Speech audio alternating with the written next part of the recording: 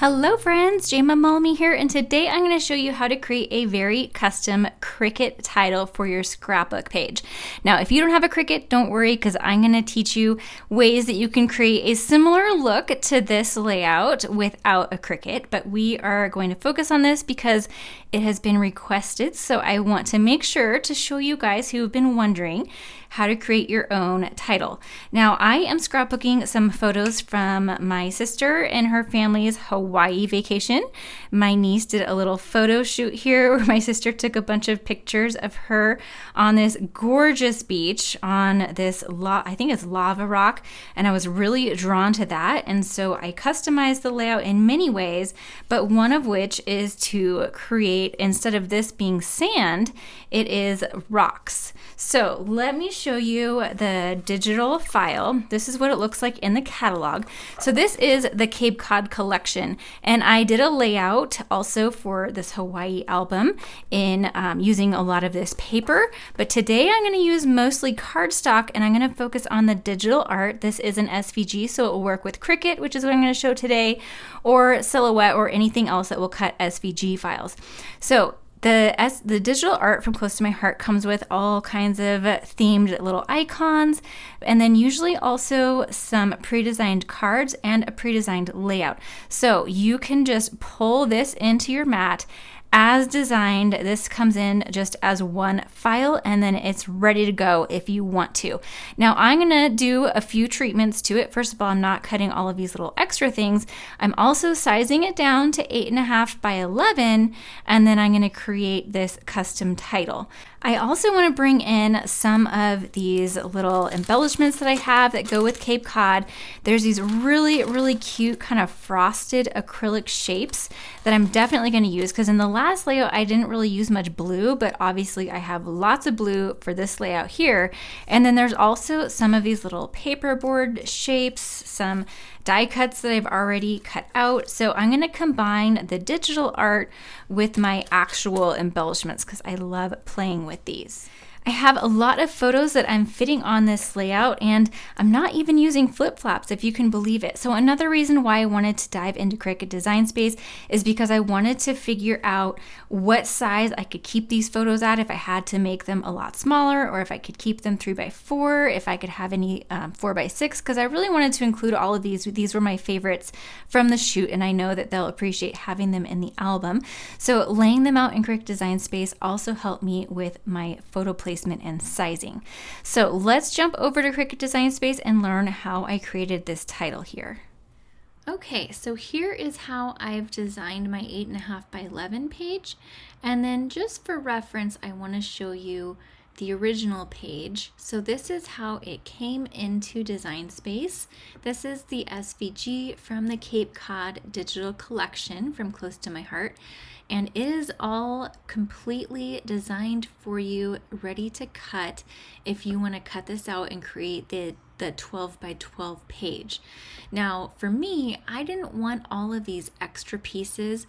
First of all, because my page is smaller, so I don't have as much room, but also because they take quite a while to cut. There are lots of little, delicate pieces and all that. So I didn't want to take the time. I really just wanted this background and this background over here. So I basically sized everything down. I removed what I didn't want and I sized everything down. I even removed this title because I'm going to show you exactly how I created my custom title. I'm not going to show you exactly how I sized everything down, but I did kind of just squish it and make it, the size that I wanted. And it's not all proportionate to the 12 by 12, so it is a little bit squished and distorted, but I thought that it still looked good. And so this is what I ended up with. Now, in the original layout, these are Toffee, and it's designed to kind of look like sand, but I made them dark gray because I have some like lava rock in my photos from Hawaii, my sister's photos, and then this background piece I added to make it look like sand. So that's a difference there. And then here is my title. So you can see a little bit down here, it's very different, and I wanted to have it say Beach Beauty instead of Beach Day. So I'm going to show you exactly how I did that.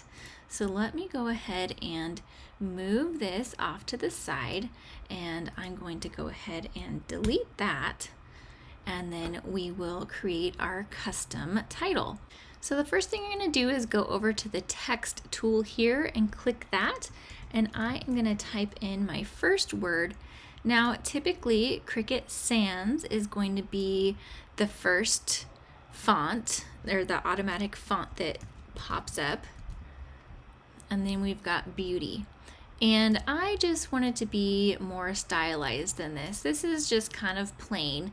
I want to go and find a font in my system. You can go up here to the menu and go through all of your fonts. I like to look at the system fonts because I have lots of fonts on my computer. I'm kind of a font nerd, and I download tons of fonts that I think that I'll use. And I get most of them from dafont.com, and they are free. Another good source for fonts is Creative Fabrica. Sometimes they have free or inexpensive fonts that are fun for scrapbooking or Cricut projects. So you can just go through and find fonts, but I find it easiest to go to wordmark.it, and then I can type in my word. So the first word is going to be beach. And then it shows me every font that I have on my computer and what it's going to look like within this word. So I want kind of a blocky font. I'm going to choose this Arial Black, and then I might try the American Typewriter. Here is a blocky condensed font. I'll try these ones for now. So let's go back to Cricut, and I'm going to type in American. That was called American Typewriter, but a lot of times you can just type American, and I can try that. So I clicked on it, and then we'll click off to see it. I had the wrong one selected, so let's go back. And here is what that looks like. I like this font, but I'm not sure I like it with the beach vibe of this layout. And I'm not sure I'm gonna like it with a scripty font because it's a little, it has these little loop-de-loos and some serifs. And I don't think I'm gonna like it with a scripty font. So I think I wanna go back to a sans serif. And so I'm gonna type in the Arial. There's lots of Arials, but here it is, Arial Black. And that comes in a little bigger, so we'll size it down. And I think I like how blocky that is. I really like how bold that is and how it stands out, and it tells me right away this is a beach layout. So now we're going to go back to wordmark.it and type in beauty. And it's going to filter the last ones we had, so let's go back to show all fonts. And we'll take these ones away. I want something that's not too scripty and loop-de-loo. This is a little too much for me. This Autumn in November, I love that font, but I want something that's a little bit more subdued, kind of has that beachy feeling. Fonts really give you a feeling and set a tone for the project you're on, whether it's graphic design or a Cricut scrapbook layout. So I like this one, and I'm just going to go through and find a few others that I like. It's kind of funny, your eyes start to kind of bug out after you're looking at this for so long, and you start staring at these words and you're like, wait a second, that looks weird. I don't think it's spelled right, and your eyes play tricks on you. The one I decided on is called Palace, so I'm going to go ahead and click that and then click off, and I do really like that on here. I'm going to make it a little bit smaller, and I'm thinking I want it to kind of overlap with this one just a bit, just to kind of make them feel connected. And then I'm going to change the color. I've already played with the colors, so I know I want it to be this blue. Now we're going to add a white outline, because right now these colors don't really pop off of this background too much, but we're gonna make them pop. Before we do that though, whenever you're using a scripty font, you want to weld or unite these letters, because otherwise, let me make this a little bit bigger. Otherwise, can you see how there's like a skinny black line, and Cricut is seeing each of these letters as individual, and it's going to cut them out each individually, but we don't want that. We want this to be one connected word. Well, the B will be different, but then these we want them to be all connected. So we're going to go down here to combine. You can weld them, and then that will make them all together, but that's permanent. And so I'm going to choose Unite because that basically does the same thing as weld, but then I can always undo it if I want to. Like right now in this view, we're not going to be able to see what font this is. If I forget what font it is and I want to go back and check, I can undo that Unite, and then I can look at what the font is. So now this is going to be all cut out as one piece, and I'm going to select both of these and then choose Offset. And I don't want my offset that big. So this blue line that you see around, that's what the offset's going to be, and we can play with that and play with how big it's going to be. I think that looks pretty good. So I'm going to go ahead and apply. It's going to automatically make it black, so I'm just going to go right in and make it white because I know I want to have a white offset. And I like that. So it's made an offset around these both, and I can even go in and let me select that again. So I've got my offset selected, and I can go down here to contour, and I can make sure that some of these smaller pieces, like this little piece right here in the Y, is so small. If I click that, then it'll make that piece disappear and it'll all just be one piece. And I might want to do that with this little piece right here too. You can hide all contours if you want. That would look like this, but I don't want that. I just want these two little tiny ones just because they're a little bit too intricate to cut. We'll close that, and now we see that those have disappeared. Now the size of those little slivers is going to depend on how big of a contour that you did. So now I think that that is looking pretty good. So the Cricut is going to cut out this white piece as one piece. This gray will be the individual letters, and then this B will be an individual letter, and then the rest of beauty will be one piece. So then it's a little bit easier to glue everything down because you have this outline to go by, and then it also helps it to pop off the page. So that is how you would create a custom title, and you can do this with any font. You can create an offset on images as well. The offset tool comes in super handy. So let's go and assemble our page now. I'm going to add a little bit of an inking treatment to my title and some of the other pieces as well. You can definitely skip this step, but I think it makes a big impact. So I'm just taking my little blending brush and going around the edges of each of the pieces and kind of dabbing in the center pieces as well. And hopefully you can see here what a difference that makes.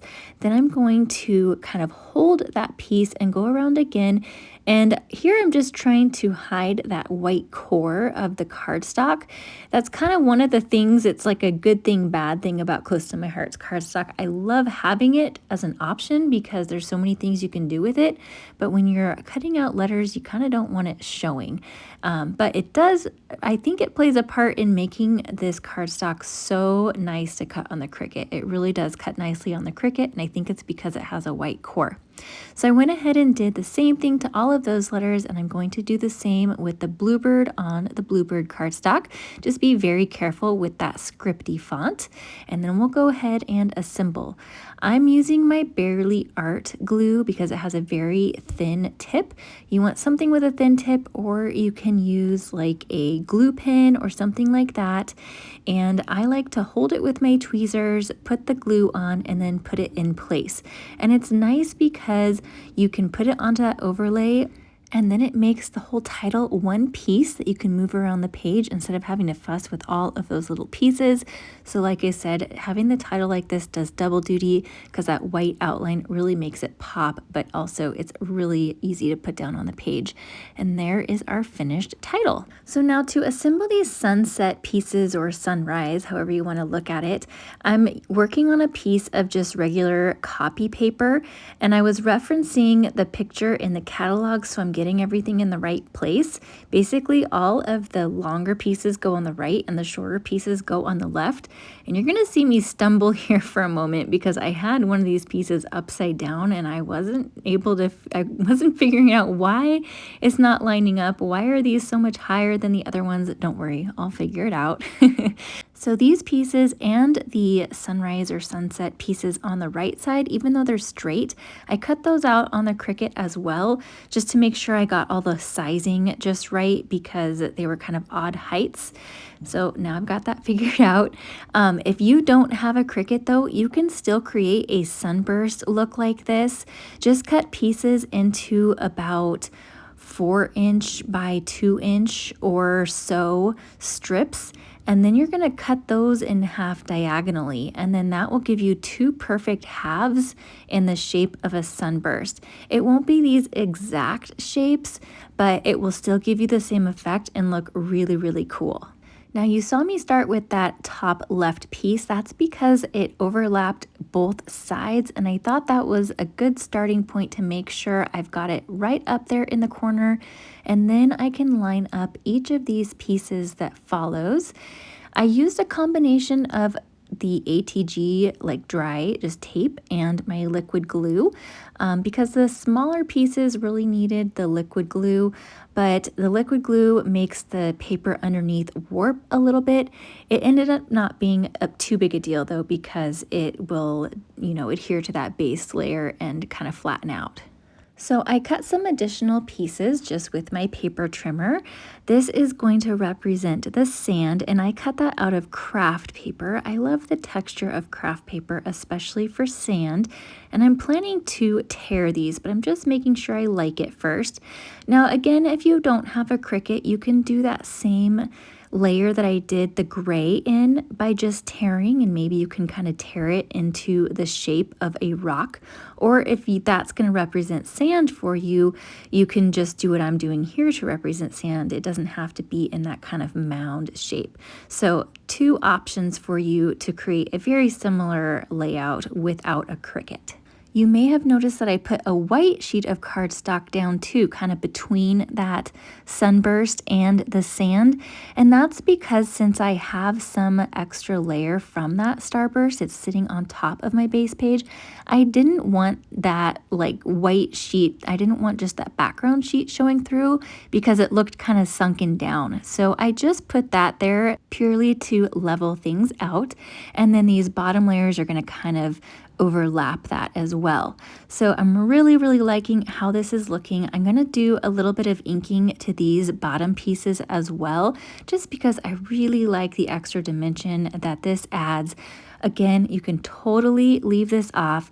I didn't do it between each of the starburst or sunburst pieces, and part of me kind of wishes that I did, but I think it ended up being fine. I did ink around the edge of the whole starburst piece, so that whole rectangle that I cut out and laid down, there's inking around that, but I didn't do it around each individual sunburst piece. Hopefully that makes sense. So here I'm adding the inking to the sandy part, and I'm going to do an extra little treatment to this too. I've got the background elements stamp set, and there's this stamp right here that has this sand looking texture, and I've done this on sand before and it looks so cool, so I decided to do it again. I'm going to turn over one of my Versamats because then that gives me a nice cushy foam surface that is perfect for stamping. So I'm just lining up both of my pieces here and the Toffee ink and going over it and giving it that sand and texture. Now with the Kraft cardstock in particular, but with any cardstock, once the ink dries, it will lighten quite a bit. So I'm being very generous and kind of going back in a few places. And then I went around with my blending tool and added more ink again, just because I knew that that would dry back. It ends up that not a whole lot of that is showing anyway, but what does show, I think it makes a big impact. Now I got most of my embellishments in place. I still need to do a little treatment to those, but decided I needed an extra little Kraft colored piece up here in the corner to draw that color up. So I just added a little bird, and then notice that I used some of the birds that cut out of that right top piece over on the left side to kind of draw that over as well.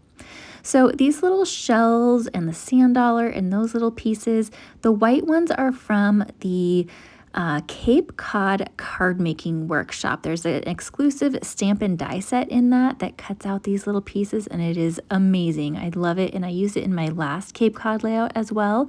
And I'm doing a little bit of an inking treatment with Lagoon ink around the edge of those. And I'm realizing that the ink really helps those details in the dies stand out. So the dies create like the line detail in the shells in all of these pieces. And when you ink over it, it really makes it stand out. So I went back and added a little more ink, and then now I'm doing the same treatment I did on my last layout also, which is an idea I got from Erin Jacobson to add stickles, and it makes it look like sparkly sand, and I just love it. I'm not done with this treatment, I'm sure, because I just love the way that it looks and makes a little bit of sparkle on your page. Now I brought some of those Kraft pieces in, and I'm just dabbing a little bit of Toffee ink on those to give them just a little bit of extra texture as well. And now I decided at the last minute to do another treatment. So I'm going to cover up all of my pictures and basically everything up above that water line. And I'm going to bring in my white gloss paint, and I'm going to splatter on some white splatters because I want it to look like that foamy water that's spraying up in the pictures. And so I just wanted to kind of mimic that. Again, totally optional, but I love the effect that this adds. So let's take a closer look at this layout.